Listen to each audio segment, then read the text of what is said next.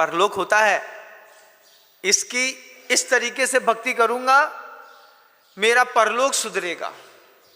आप प्रभु की भक्ति करते हैं, प्रभु की भक्ति करते वक्त विशुद्धि स्थान कितना बढ़ता है प्रतिदिन, सोचिएगा। वे ही भगवान रोज उठाना, रोज वेदी पर धरना, रोज उनकी अभिषेक करना, शांति धारा करना, कई बार वह धर्म ध्यान गतानुगतिक हो जाता है, उसमें विशुद्धि स्थान नहीं बढ़ता। लेकिन नहीं करेंगे तो लोग क्या कहेंगे, कई बार ऐसा भी हो जाता है। लेकिन चामुंड राय को जब भी मैं अपने अंतर्मन में बैठाता हूं, मैं जब भी चामुंड राय के रूप में अपने आप को धर करके सोचता हूं, क्या वैभव रहा होगा चामुंड राय का। एक बार आप सोचिए, आप अगर चामुंड राय होते, माँ बहनें भी सोचें और आप भी सोचिएगा, चामुंड राय होते, आपकी माँ कहती बेटा मुझे बाहुबली भगवान के दर्शन करने हैं। उस वक्त आज से 1080 1100 साल हो गया इस बात को मात्र। इस 1100 साल पहले उस चामुंड राय ने उस मूर्ति निर्माण के लिए पहले मंत्र का अनुष्ठान किया। इसका मतलब है कि मंत्र में शक्तियां होती हैं। इतिहास इस बात का साक्षी है कि उस मंत्र की शक्ति के माध्यम से पहले उसमें वह आकृति बाहुबली भगवान की उभर करके आई। वो चेहरे का नाग नक्शा मंत्रों से बना। फिर शिल्पी ने व्यर्थ का पत्थर हटाने का जो पुरुषार्थ किया, उस व्यर्थ के पुरुषार्थ को, व्यर्थ के पत्थर को हटाते हटाते बाहुबली भगवान को बनाने वक्त चामुंड राय की वह भावना कि जितना पाषाण खंड टूटेगा उतना सोना दूंगा, चामुंड राय बना करके उसकी नेमीचंद जी आचार्य महाराज से प्रतिष्ठा करा करके इस संसार को छोड़ करके चला गया। उसकी उम्र भी हमारी आपकी उम्र के बराबर ही थी। वो भी 90 95 100 साल जिया होगा, इससे ज्यादा नहीं। लेकिन उसकी बनाई कृति आज भी ऐतिहासिक दस्तावेज बन गई। कैसा ऐतिहासिक दस्तावेज कि पूरी दुनिया का हर आदमी इस 8वें अजूबे को देखने के लिए आता है कि कोई प्रतिमा ऐसी है जिस प्रतिमा के ऊपर कोई पंछी कभी बैठता नहीं, कोई उसके ऊपर बीट करता नहीं, उसकी छाया जमीन पर पड़ती नहीं। एक प्रतिमा ऐसी जिसका पत्थर काला पड़ता नहीं। ये 4 खूबियां उस जिनबिंब की बड़ी गजब की है। उसके पीछे का एक कारण है विशुद्धि स्थान।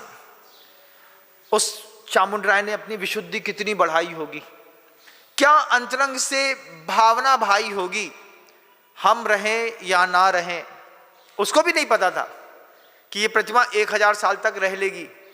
आज वह प्रतिमा 1100 वर्ष से खड़ी है।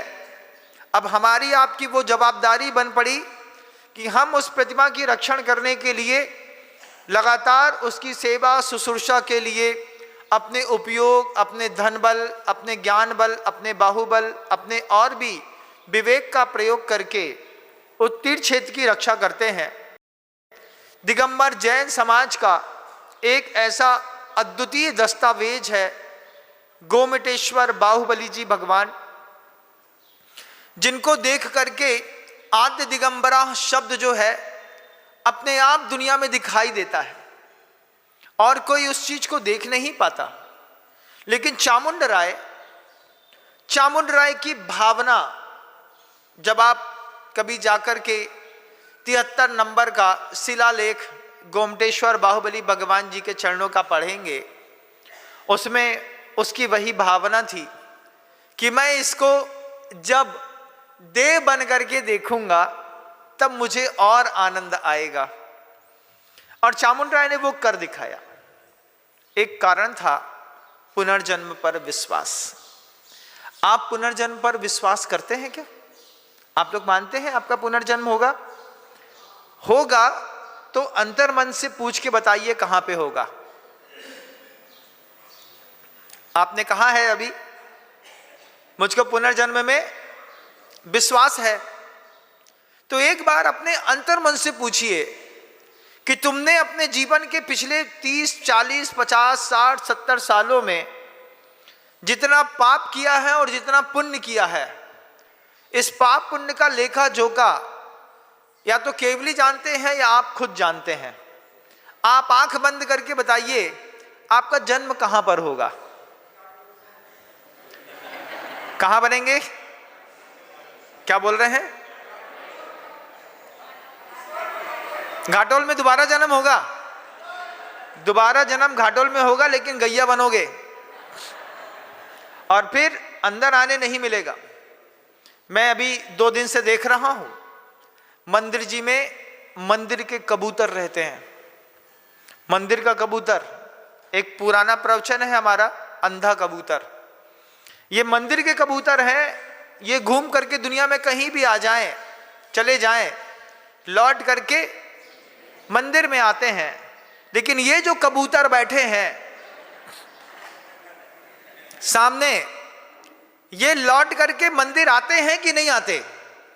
बताइए। मंदिर आ भी सकते हैं, नहीं भी आ सकते महाराज। आपका सम्यक दर्शन बिल्कुल बुढ़िया की वो लाठी के जैसा है कि अगर किसी ने थोड़ा सा भी धक्का मारा, क्षेपसम सम्यक दर्शन की यही सबसे बड़ी खामी है कि किसी ने भी आस्था में थोड़ा भी ठेस पहुंचाया और सबसे पहला एक ही संकल्प है, आज के बाद हम मंदिर न जाएंगे चाहे कुछ हो जाए। सबसे पहला संकल्प क्या है? संसार में कोई भी अनीति हो, कोई भी करे, आपका त्याग सबसे पहले धर्म के प्रति होता है। मैं मंदिर नहीं जाऊंगा, मैं पूजा नहीं करूंगा, मैं अभिषेक नहीं करूंगा, मैं शांति धारा नहीं करूंगा। जबकि आचार्य कहते हैं सबसे पहले अंतरंग में विश्वास रखो, पुनर्जन्म होता है। पापी का भी होता है, पुण्यात्मा का भी होता है, धर्मात्मा का भी होता है, और जो धर्म को पाकर के अपराध करते हैं उनका भी होता है। सबका पुनर्जन्म होता है। अपने आप से पूछो, मेरा पुनर्जन्म होगा तो कहाँ होगा? जैसे मैं अपने आप से बोलता हूं, विनम्र सागर, आप जो करते हैं उससे तुम्हारा जन्म कहाँ होगा मुझे पता है। दिखाई देता है मुझे ऊपर का विदेह क्षेत्र, यहां से उठूंगा वहीं पे जाऊंगा। दोस्तों, अगर आपको मेरी वीडियो अच्छी लगती है तो प्लीज मेरे चैनल को लाइक करें, शेयर करें, सब्सक्राइब करें। इसी तरह से अपना प्यार देते रहें। Thank you.